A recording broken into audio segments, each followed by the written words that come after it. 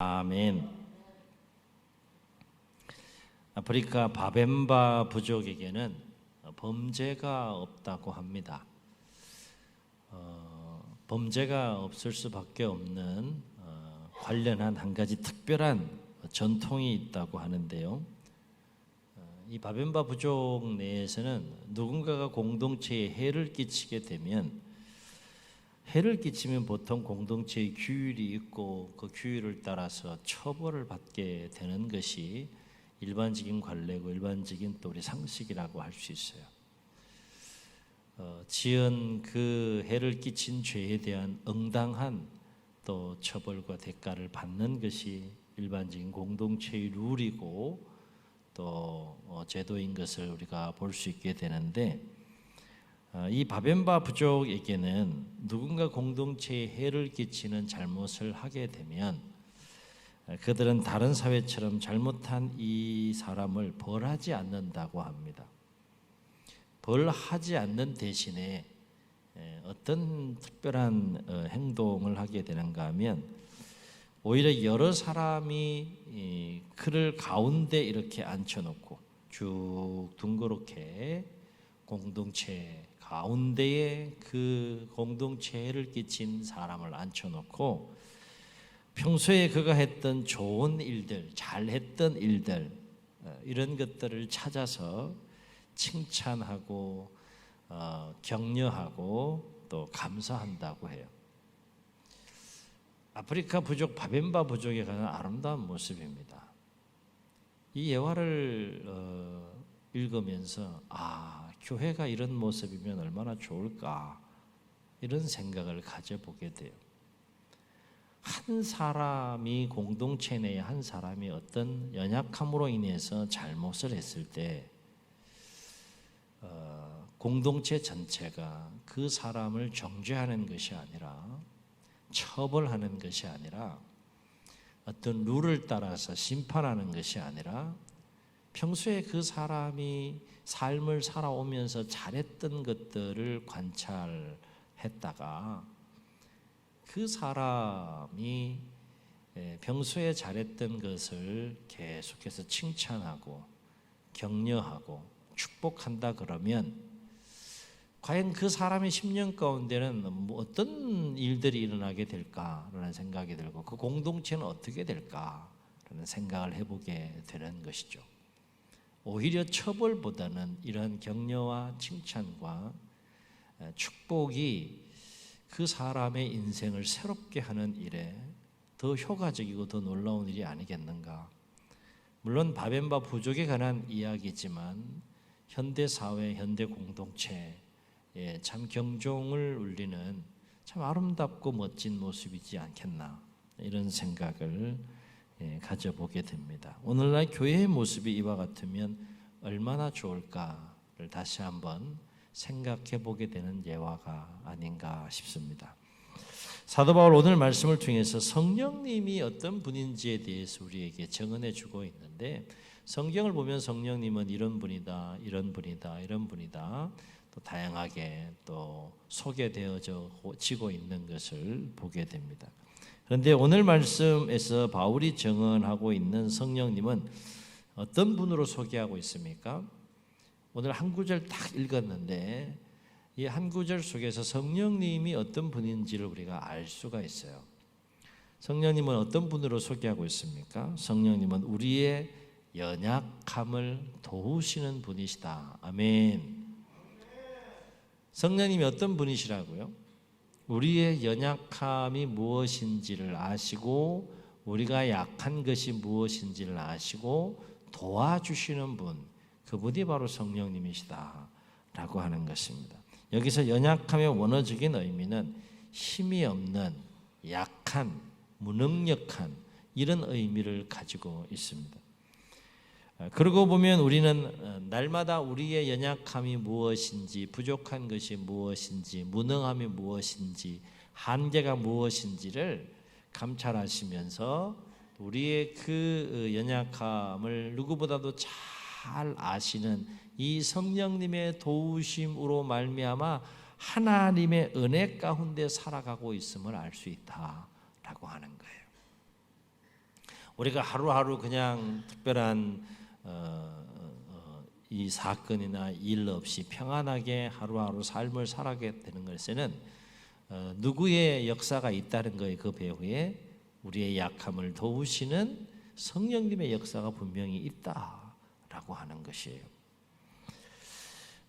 그렇다면 성령님은 구체적으로 우리의 어떤 연약한 것을 도우시는 분이실까라고 하는 것인데, 물론 전반적인 우리의 연약함을 도우시는 분이 성령님이시지만 오늘 바울의 증언에 의하면 특별히 좀 더 구체적으로 성령님이 우리의 연약함 가운데에서 기도와 관련하여 도우시는 성령님의 모습에 대해서 우리에게 말씀해 줍니다. 이를테면 성령님은 우리가 마땅히 기도해야 될 것들이 있는데 마땅히 기도해야 될 것조차도 알지 못하는, 우리가 마땅히 하나님 앞에 기도하며 삶을 살아야 되는데 그 마땅히 기도해야 될 것이 무엇인지에 대해서조차도 알지 못하는 것까지도 성령님은 아시고, 그 내가 마땅히 기도할 바를 알지 못하고 기도하지 못하는 것 가지고 아버지 하나님 앞에 나아가서 우리를 위하여, 그 우리의 연약함을 위하여 아버지 하나님 앞에 중보하시며 친히 간구하시는 분이 성령님이시다라고 하는 거예요. 다시 말해 성령님은 우리의 연약함을 위해서 기도하시는 중보의 영이시다라고 하는 것입니다. 그런데 놀라운 사실은 성령님은 우리의 연약함을 위해서 아버지 하나님 앞에 친히 중보하시며 또 기도하시는데 어떤 마음으로 중보하시며 기도하신다고 했습니까? 어떤 마음으로 기도하신다고 했어요? 오늘 보면 이 부분을 굉장히 강조하는 것을 보게 되는데, 성령님이 저와 여러분을 위해서 연약한 것을 보시고 그 연약한 것을 아버지 하나님 앞에 간구하는데 어떤 마음과 어떤 모습으로 기도하고 중보하시며 간구하시는가 하면 말할 수 없는 탄식으로 그렇게 탄식하시면서 우리의 연약함을 위하여 중보하고 기도하신다라고 하는 거예요. 아멘. 여기서 말할 수 없는에 해당되는 헬라 원어적 의미는 말로 표현할 수 없는 이런 뜻이에요. 그러니까 성령님은 우리를 위하여서 아버지 하나님께 기도하시는데 어떻게 기도하시는가 하면 말로 표현할 수 없고 말로 형언할 수 없는 탄식과 사랑을 가지고 그렇게 우리를 위해서 기도하신다는 거예요. 여러분이 누군가를 위해서 이렇게 말로 표현할 수 없을 정도로 탄식하며 기도해 보신 적이 있으세요? 날마다 그렇게 하고 있는데 뭐 새삼스럽게 그런 질문을 하시냐고. 자, 그럼 질문 이렇게 바꿔볼게요. 누군가 나를 위해서 정말 내가 내 문제를 가지고 말로 표현할 수 없을 정도로 탄식하며 기도하는 것도 쉽지는 않은데, 누군가 나를 위해서 정말 그 나의 연약함을 알고 조용히 드러나지 않게 말로 표현할 수 없는 탄식으로 기도하고 있다 그러면 여러분 어떤 마음이 드세요? 아무 마음이 안 드는구나. 얼마나 고마운 일이에요. 얼마나 감사한 일이에요. 그죠? 아니, 누가 나를 위해서 그렇게 말할 수 없는, 말로 표현할 수 없는 탄식으로 기도해 줍니까? 결코 쉬운 것이 아닌 것이죠.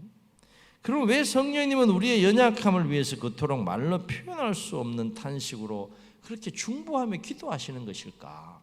왜 그렇게 우리의 연약함을 위해서 그토록 말할 수 없는 탄식으로 기도하시는 것일까?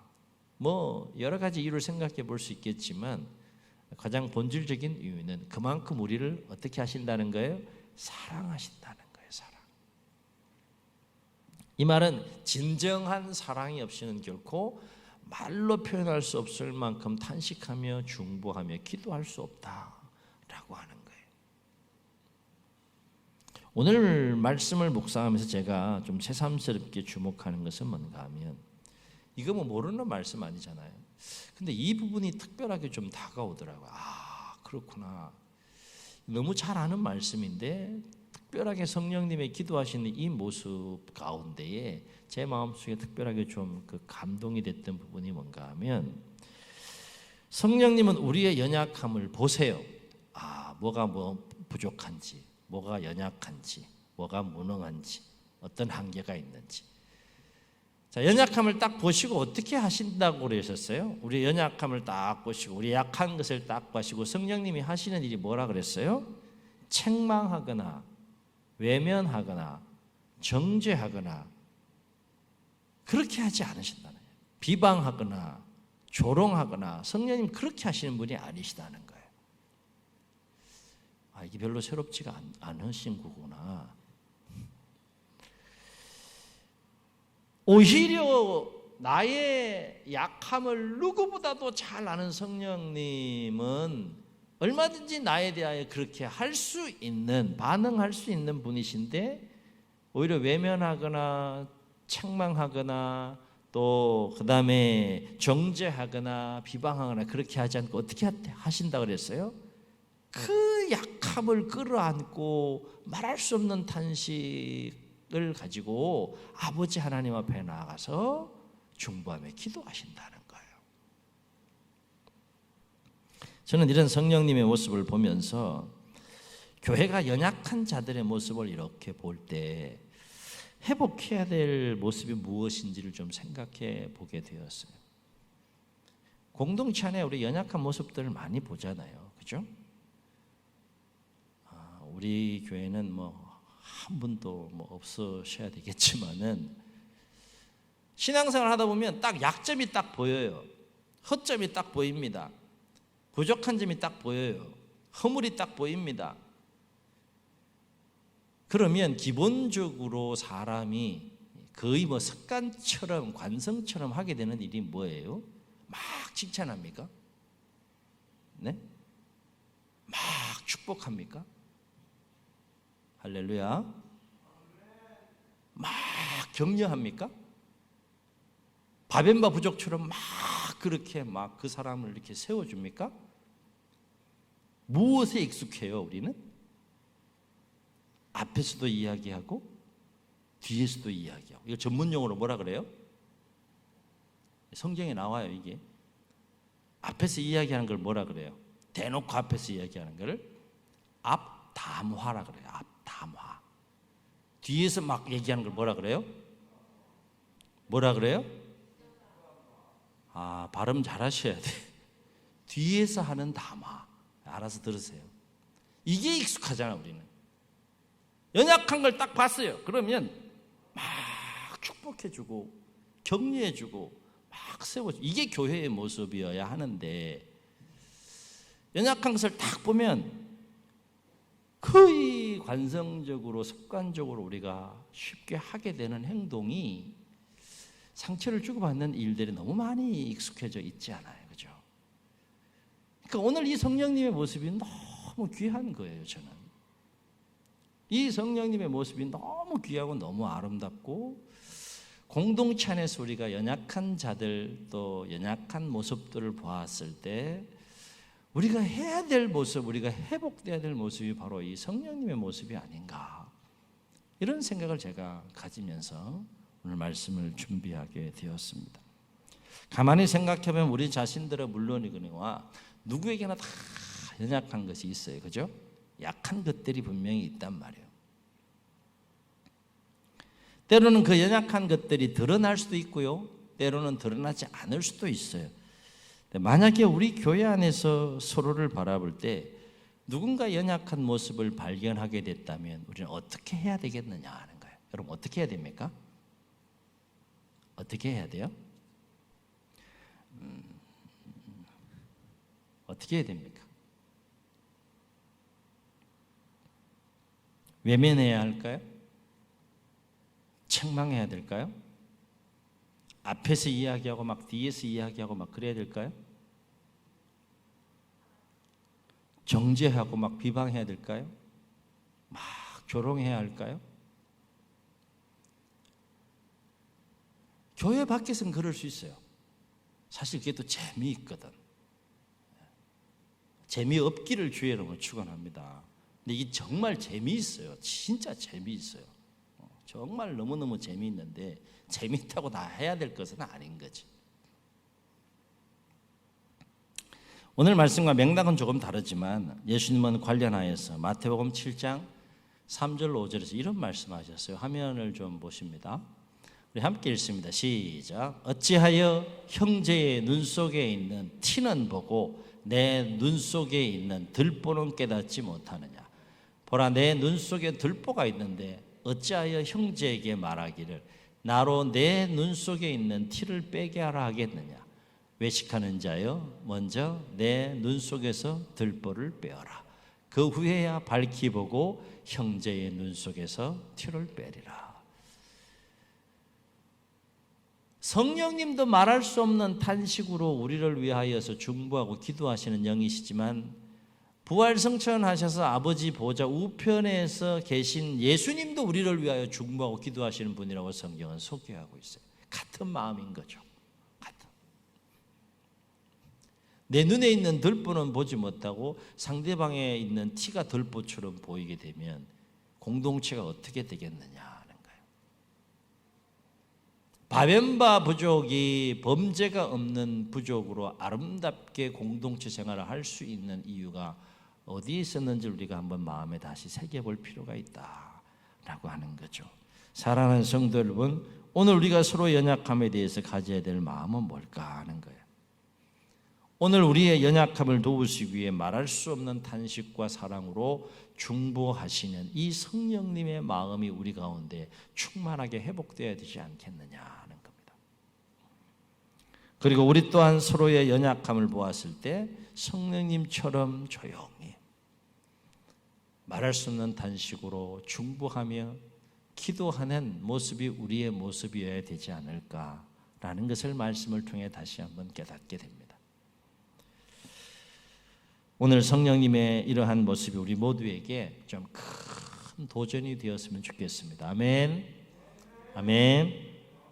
그래서 공동체 안에서 서로의 연약함을 딱 봤을 때 그건 무슨 사인으로 봐야 되는 거예요?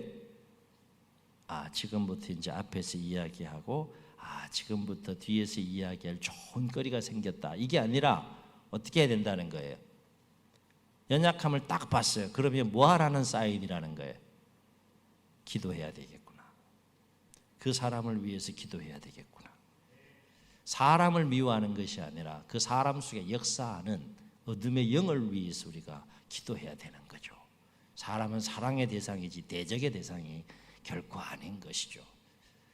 우리 공동체가, 우리 교회가 서로 다양한 생각, 다양한 또 삶의 여정을 가진 사람들이 모여서 한 교회를 이루고 나아가는데 연약한 모습을 딱 봤어요. 부족한 모습을 딱 보면 저 사람을 위해서 하나님이 나에게 기도하라고 그 연약한 모습을 내 눈으로 보게 하셨구나. 아멘. 아멘. 차라리 못 봤으면 모르는데 딱 봤어요. 그럼 뭐 하라는 거예요? 기도하라는 거구나. 그 사인으로 받아들이시고 우리가 기도할 수 있다면 교회가 얼마나 행복해질까? 얼마나 건강해질까? 네. 그래서 교회 안에서 연약함 보았을 때 정죄하거나 비방하거나 외면하거나 조롱하거나 이런 역사들이 우리 가운데 있는 것이 아니라 오늘 우리의 연약함을 아시고 우리의 연약함을 보시고 그 연약함을 가지고 아버지 하나님 앞에 나아가서 말할 수 없는 탄식으로 또 사랑으로 중보하시며 기도하시는 그 성령님의 마음을 가지고 서로를 위해서 중보하는 아름다운 관계, 아름다운 공동체, 아름다운 교회로 세워가는 일에 우리 모두가 귀하게 쓰임받을 수 있기를 주의 이름으로 축원합니다. 그래서 교회가 더욱더 이 성령님의 마음으로 충만하여 더욱더 사랑이 넘치고 또 행복한 교회로 세워져 가는 일에 우리 모두가 귀하게 역사해 갈 수 있기를 예수님의 이름으로 축복합니다. 축복합니다. 우리 말씀을 기억하시면서 우리 함께 찬양하시고 한번 통성으로 기도하겠습니다.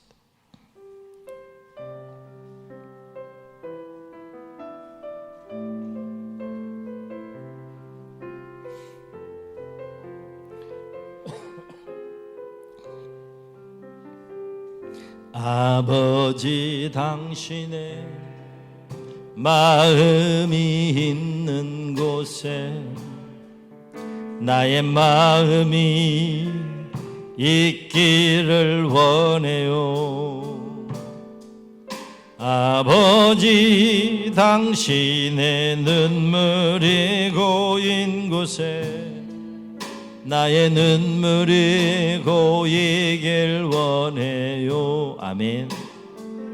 아버지, 당신이 바라보는 영혼에게 나의 두 눈이 향하길 원해요. 아버지, 당신이 울고 있는 어두운 땅에 나의 두 발이 향하길 원해요. 나의 마음이 아버지의 마음 알아.